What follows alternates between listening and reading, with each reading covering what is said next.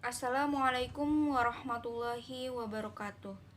Puji dan syukur marilah kita panjatkan atas nikmat kesehatan dan kesempatan yang telah Allah berikan kepada kita semua. Tak lupa salawat beserta salam semoga tetap tercurah limpahkan kepada Nabi besar Muhammad SAW.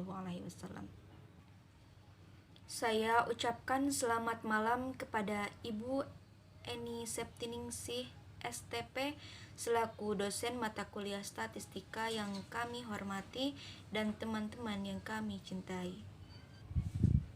Saya Susan Susanti dengan NIM 1190669 dari kelompok 4. Di sini kami akan mempresentasikan kemiringan, keruncingan distribusi data, dan angka indeks. Untuk penjelasan yang pertama akan disampaikan oleh rekan saya. Kepadanya kami persilahkan.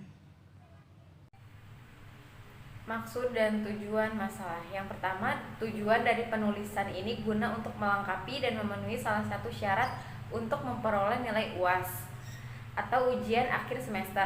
Kedua, dengan dibuatnya makalah ini, kita dapat membantu dalam memahami, menganalisa tentang data-data. Dan yang ketiga, belajar membuat makalah tentang statistika distribusi dalam materi ukuran penyebaran data. Manfaat penulisan mengharapkan agar tulisan ini dapat dimengerti oleh pembaca dan pembaca dapat memahami seberapa pentingnya materi ukuran penyebaran. Rumusan masalah. Berdasarkan uraian latar belakang tersebut, di dalam makalah ini kami merumuskan beberapa rumusan masalah. Yang pertama, pengertian distribusi data. Yang kedua, menganalisa ukuran penyebaran data yaitu kemiringan, keruncingan, dan indeks. Dan yang ketiga, pengujian normalitas kemiringan, keruncingan, dan indeks. Kemiringan distribusi data merupakan derajat atau ukuran dari ketidaksimetrisan asimetri suatu distribusi data. Kemiringan distribusi data terdapat 3 jenis, yaitu yang ke-1 simetris, menunjukkan letak nilai rata-rata hitung, median, dan modus berhimpit. Lalu yang kedua, miring ke kanan, artinya mempunyai nilai modus paling kecil dan rata-rata hitung paling besar. Lalu yang ketiga, miring ke kiri, artinya mempunyai nilai modus paling besar dan rata-rata hitung paling kecil. Metode atau rumus menghitung keruncingan. Yang ke-1, rumus Pearson.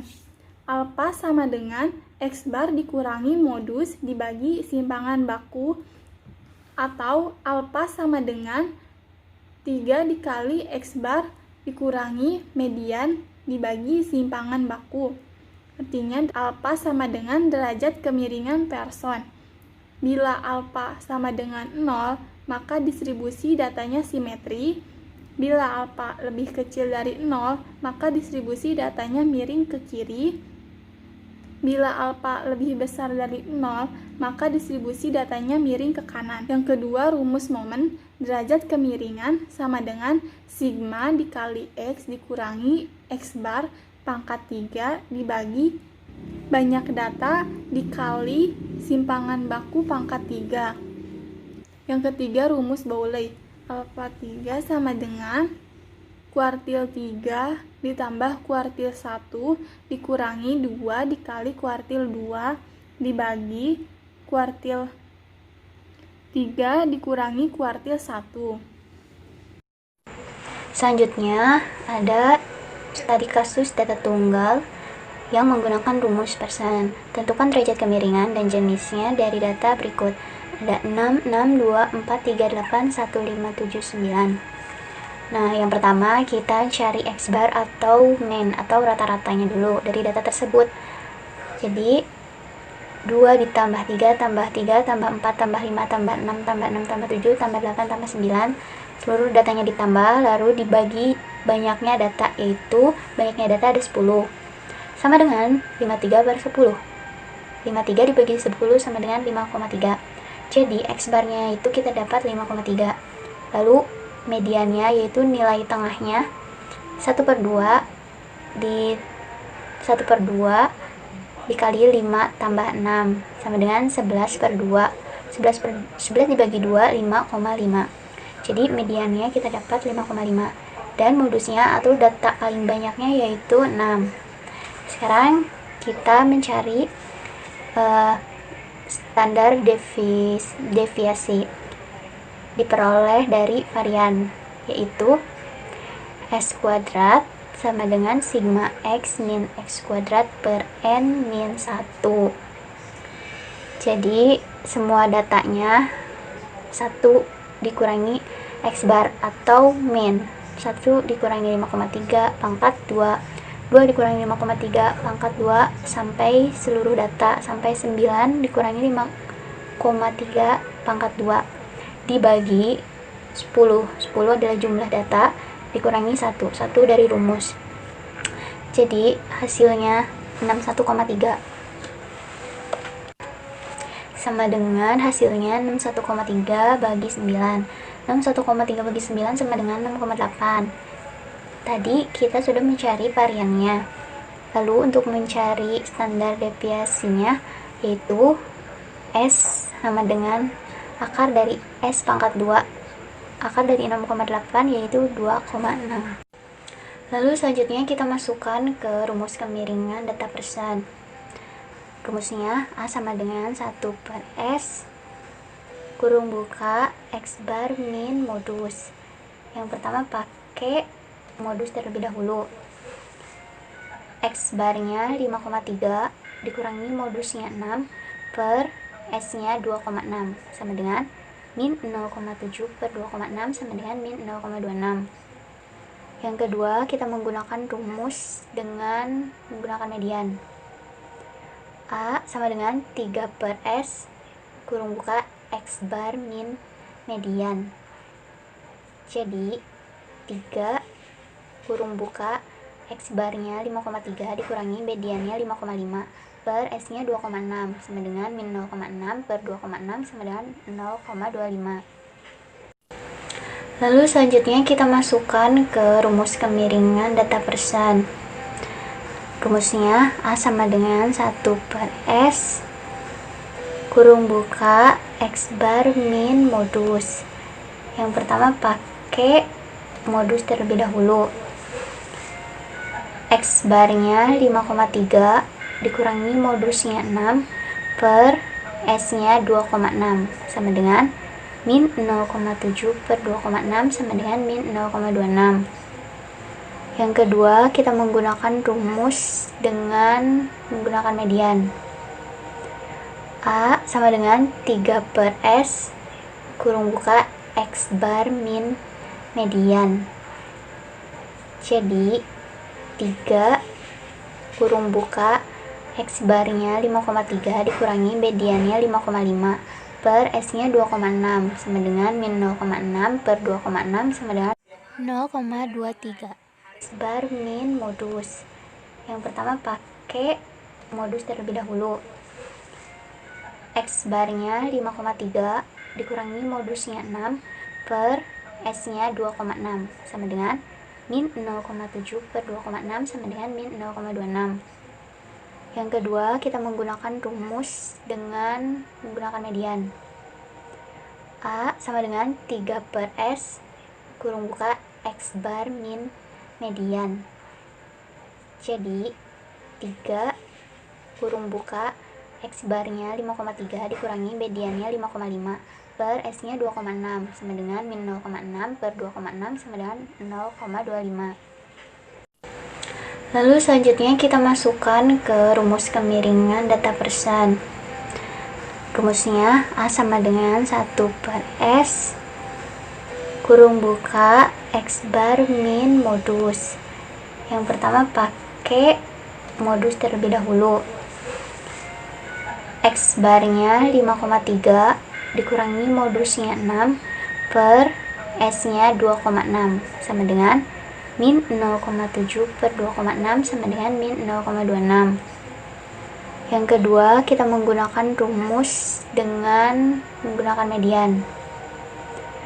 A sama dengan 3 per S kurung buka X bar min median.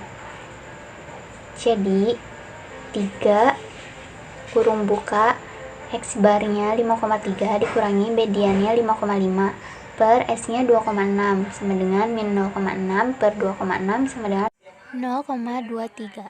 Derajat kemiringan data Bowley berdasarkan pada hubungan kuartil-kuartil Q1, Q2, dan Q3 dari sebuah distribusi.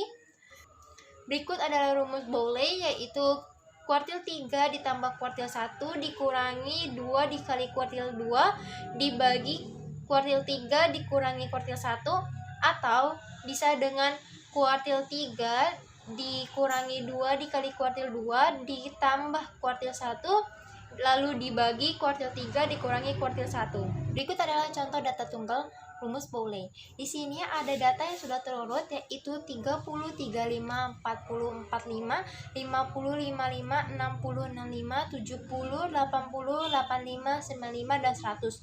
Jumlah N-nya ada 13 data. Lalu kita mencari nilai kuartil satunya dulu dengan rumus nilai ke-1, yaitu N ditambah 1 dibagi 4. 4 dari angka kuartil. Kuartil adalah pembagian 4. Lalu kita masukkan nilai ke-1, N ditambah 1, N yaitu 13 ditambah 1 jadi 14 dibagi 4, maka 14 dibagi 4 yaitu 3,5.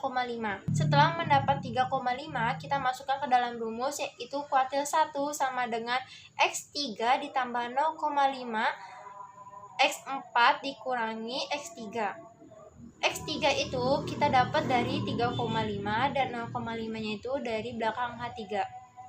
Lalu kita masukkan datanya, X3 itu 40 ditambah 0,5, lalu X4 itu datanya 45, X3 itu datanya 30, berarti 45 dikurangi 40 itu hasilnya 5, dikali 0,5 maka hasilnya 2,5, lalu ditambah 40 jadi hasilnya 42,5. Lanjut kita cari ke kuartil 2. Rumusnya sama aja, nilai kedua N ditambah 1 dibagi 4.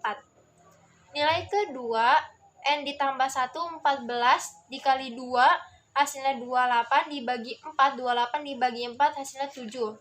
Lalu masukkan rumus kuartil 2, yaitu X7, 7 didapatkan dari angka yang tadi kita cari. Kemudian karena di belakangnya nggak ada angka, jadi 0,0. X7 ditambah 0,0 buka kurung X8 dikurangi X7.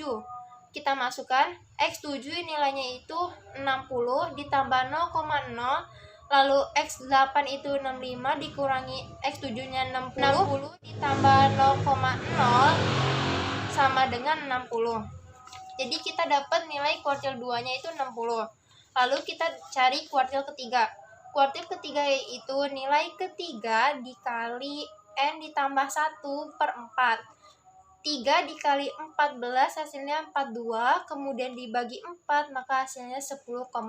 Lalu kita masukkan ke dalam rumus, kuartil 3 sama dengan X10 ditambah 0,5 buka kurung X11 dikurangi X10. Kita masukkan datanya, X10 itu 80 ditambah 0,5, sedangkan X11 itu 85 dikurangi X10 nya 80, berarti sisanya 5. 5 dikali 0,5 hasilnya 2,5. Kemudian 80 ditambah 2,5 berarti hasilnya 82,5. Selanjutnya kita masukkan ke dalam rumus Bowley. Kita pakai kuartil 3 ditambah kuartil 1 dikurangi 2 dikali kuartil 2 dibagi kuartil 3 dikurangi kuartil 1. Kita masukkan data-data yang tadi kita dapat. Kuartil 3 yaitu 82,5 ditambah kuartil 1-nya itu 42,5, lalu dikurangi 2 dikali kuartil 2 berarti 120 dibagi 82,5 dikurangi 42,5 hasilnya 5 per 40. 5/40 hasilnya itu 0,125. Karena 0,125 itu angkanya positif, berarti dia distribusi miring ke kanan. Karena ke kanan berarti dia mempunyai nilai modus paling kecil dan rata-rata hitungnya paling besar.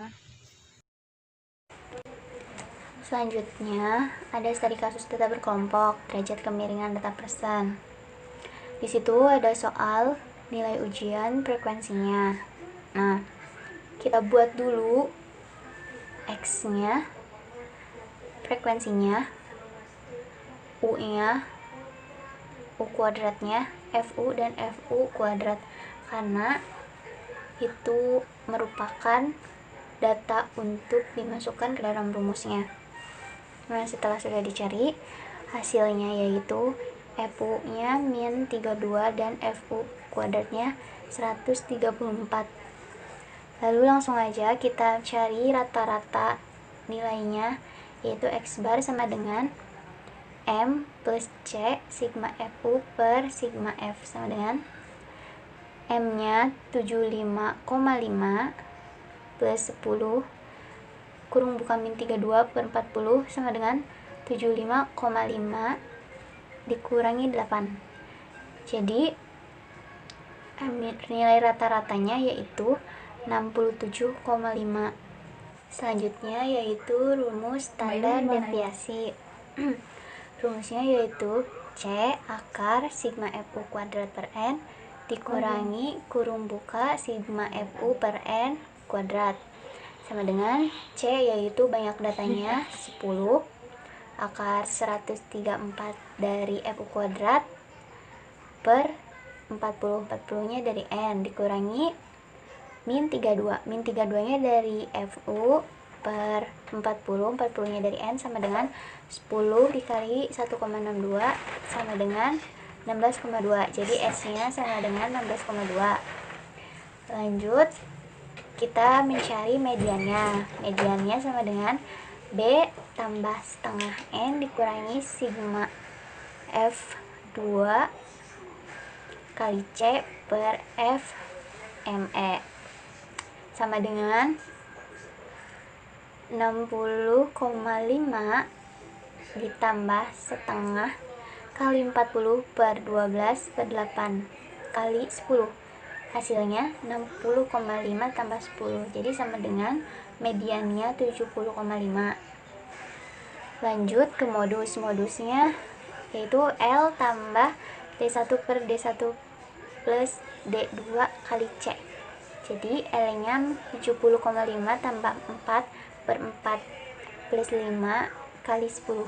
Jadi sama dengan 70,5 tambah 4,44 sama dengan 74,94. Jadi modusnya 74,94. Lanjut, selanjutnya kita mencari data berkelompoknya menggunakan kemiringan data persen. Rumusnya SK sama dengan X bar kurangi MO, ini yang menggunakan modus ya, per S sama dengan 67,4 per 64,94 per 16,2 sama dengan hasilnya min 0,46. Min 0,46 yaitu menunjukkan SK-nya negatif, maka kurvanya menceng ke kiri atau menceng negatif. Oke, dilanjut untuk keruncingan distribusi data. Pengertiannya untuk ukuran peruncingan kurtosis data ya. Derajat atau ukuran tinggi rendahnya puncak suatu distribusi data itu terhadap distribusi normalnya data.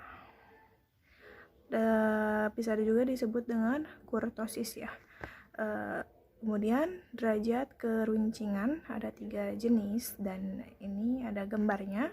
Untuk leptokurtosis, jika puncaknya itu relatif lebih tinggi, dan mesokurtis jika puncaknya ya yang normal ini, dan platykurtis yaitu jika puncaknya terlalu rendah. Metode atau rumus penghitungan keruncingan. 1. Koefisien keruncingan. Koefisien keruncingan atau koefisien kurtosis dilambangkan A4 atau alfa 4. Jika hasil perhitungan koefisien keruncingan diperoleh 1 nilai lebih kecil dari 3, maka distribusinya adalah distribusi platykurtik. 2. Nilai lebih besar dari 3, maka distribusinya adalah distribusi leptokurtik. 3. Nilai yang sama dengan 3, maka distribusinya adalah distribusi mesokurtik. Untuk mencari nilai koefisien keruncingan, dibedakan antara data tunggal dan data kelompok. A. Alfa 4, 1 per N sigma X kurangi X 4 per S 4. Nah, di situ ada rumus data kelompok. Rumusnya alfa 4 sama dengan 1 per N sigma X kurang rata-rata pangkat 4 F per S4. Dan contoh soal data berkelompok. Di dalam tabel tersebut ada diameter atau mm, ada 65 sampai 67, 68 sampai 70, 71 sampai 73, 74 sampai 76, dan 77 sampai 79, dan 80 sampai 82. Frekuensinya ada 2, 5, 13, 14, 4, dan 2. Jumlahnya 40. Nah, di sini ada rumus yang kedua. Ada alfa 4 sama dengan C pangkat 4 per S pangkat 4 sigma FU pangkat 4 per N dikurang 4 sigma FU 3 per N sigma FU per N ditambah 6 sigma FU pangkat 2 per N sigma FU per N pangkat 2 dikurang 3 sigma FU per N pangkat 4. Nah, di sini ada tabel yang harus kita hitung. Di dalam tabel ada diameter. Diameter 65 sampai 67, 68 sampai 70, 71 sampai 73, 74 sampai 76, 77 sampai 79, 80 sampai 82. Di tabel X ada 66, 69, 72, 75, 78, dan 81. Di tabel F ada 2, 5, 13, 14, 4, dan 2. Jumlahnya 40. Tabel selanjutnya ada U, min 3, min 2, min 1, 0, 1, dan 2. Tabel selanjutnya U pangkat 2, 9, 4, 1, 0, 1, 4. U pangkat 3 ada minus 27, minus 2, minus 8, minus 1, 0, 1, dan 8. Tabel U pangkat 4, 8, 1, 16, 1, 0, 1, dan 6. FU, tabel selanjutnya ada minus 6, minus 10, minus 13, 0, 4, dan 4. Hasilnya minus 21. Tabel selanjutnya ada F2, FU pangkat 2. Ada 18, 20, 13, 0, 4, dan 8. Jumlahnya 63. Ada tabel FU pangkat 3. Jumlahnya minus 54, minus 40, minus 13, 0, 4, dan 16. Jumlahnya minus 87. Dan yang terakhir, tabel FU pangkat 4 ada 162, 80, 13, 0, 4, dan 32. Jumlahnya 291. Penyelesaian rumus 1 dan 2. Lalu di sini ada variasi atau S sama dengan C akar sigma FU pangkat 2 per N dikurang sigma FU pangkat 2 per N sama dengan 3 akar 63 per 40 dikurang minus 21 per 40 pangkat 2 sama dengan 3 akar 1575 dikurang 0,276. Hasilnya 3,42.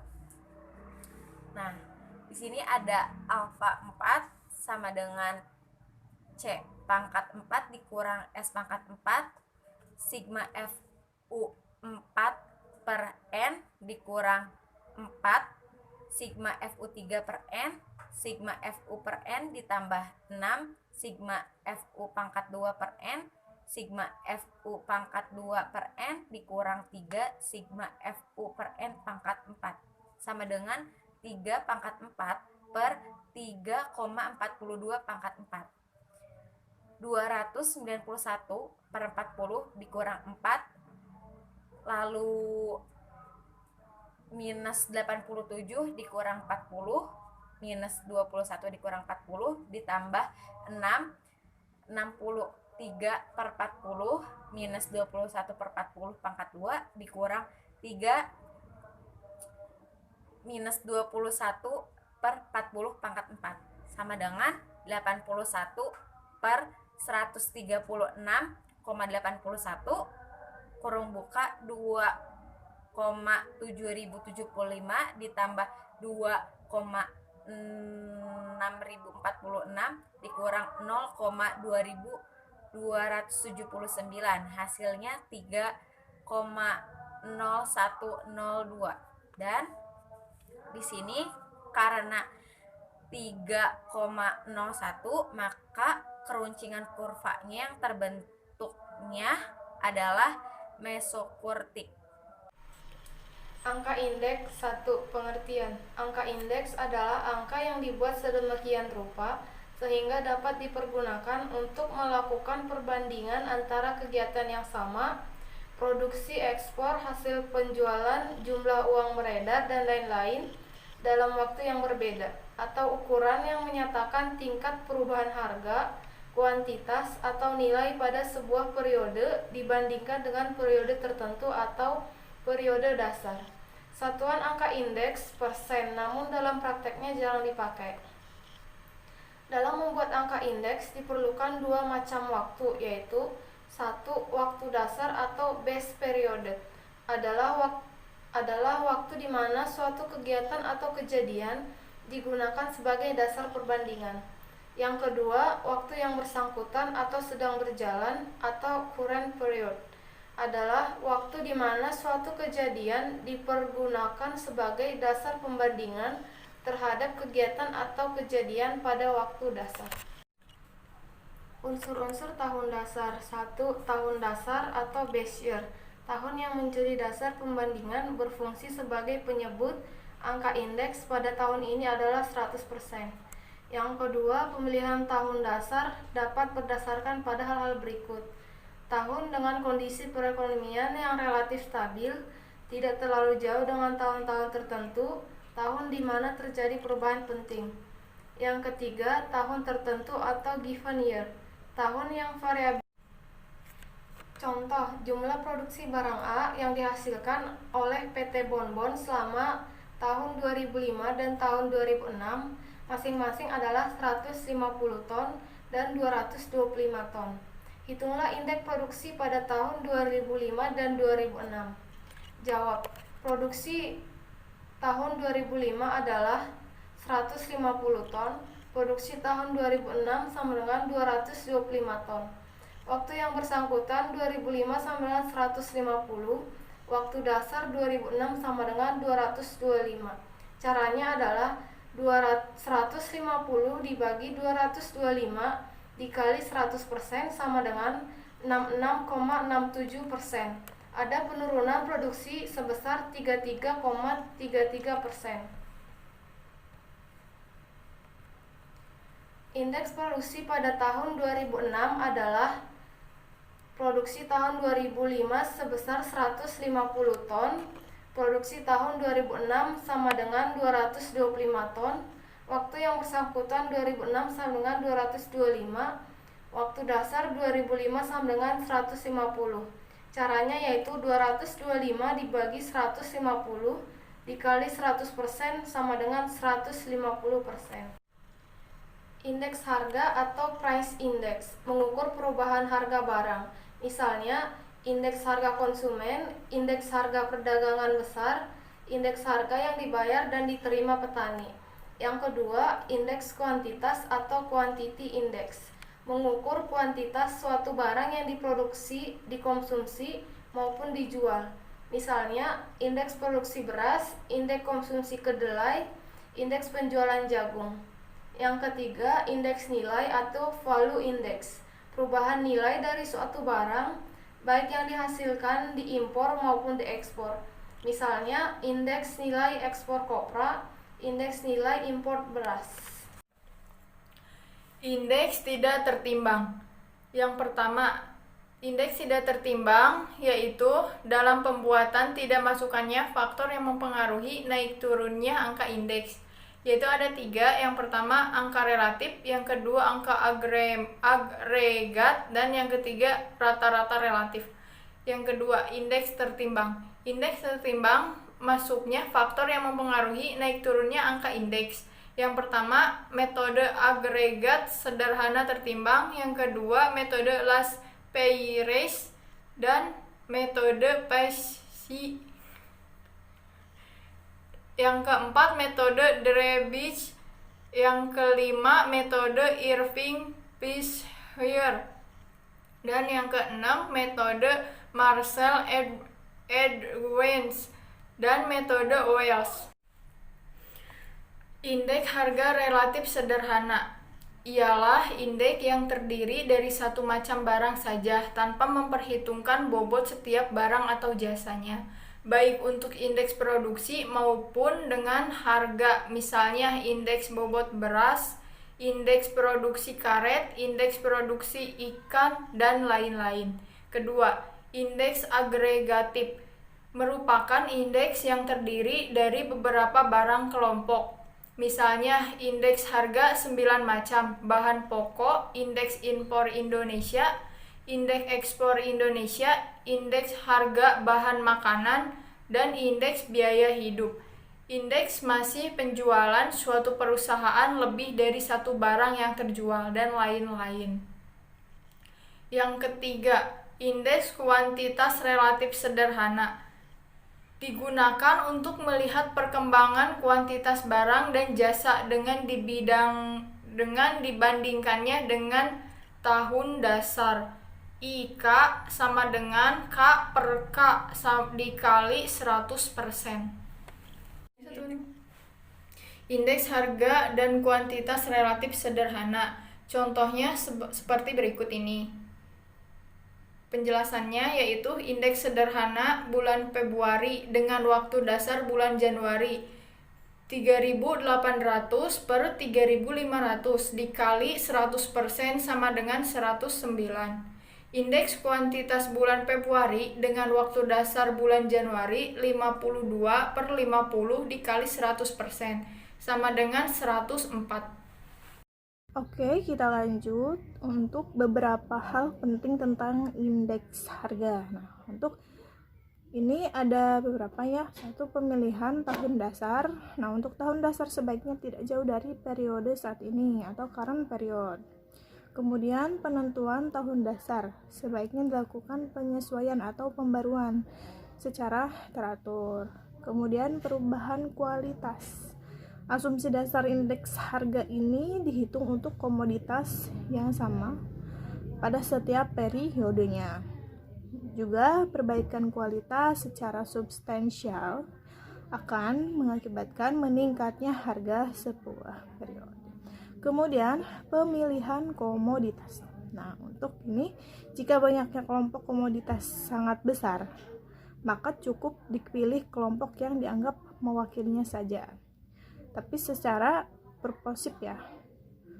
Kemudian dalam indeks harga agregat, kelompok komoditas yang harus dikaji ulang dan direvisinya itu untuk mengetahui apakah si kelompok yang dipilih mewakili seluruh kelompok yang ada atau tidaknya. Oke, kemudian indeks agregatif tertimbang. Nah, indeks yang pembuatannya telah dipertimbangkan faktor-faktor yang akan mempengaruhi naik turun angka indeksnya itu tersebut ya. Timbangan yang akan digunakan untuk pembuatan indeksnya adalah kepentingan relatif, hal-hal yang berhubungan atau berpengaruh dengan naik turunnya indeks tersebut itu. Nah, di sini ada rumusnya yaitu indeks T,0 sama dengan sigma P T atau dengan Q 0 dibagi sigma P 0 Q 0 dikali 100% ini. Nah, untuk indeks agregatif tidak tertimbangnya itu digunakan untuk unit-unit yang mempengaruhi satuan yang sama. Indeks ini diperoleh dengan membagi hasil perjumlahan harga itu. Nah, di sini juga udah ada rumusnya, yaitu indeks T,0 sama dengan sigma PT dibagi sigma P0 dikali 100%. Juga indeks T,0 sama dengan sigma Q T dibagi sigma Q0 dikali 100%. Kesimpulan, berdasarkan data tersebut bisa disimpulkan bahwa statistika dipelajari di berbagai bidang ilmu, karena statistika adalah sekumpulan alat analisis data yang dapat membantu pengambilan keputusan. Selain itu juga kita bisa memperkirakan keadaan yang akan datang berdasarkan data masa lalu. Mungkin cukup sekian presentasi dari kelompok 4. Mohon maaf atas segala kekurangan dalam kami menyampaikannya. Terima kasih. Wassalamualaikum warahmatullahi wabarakatuh.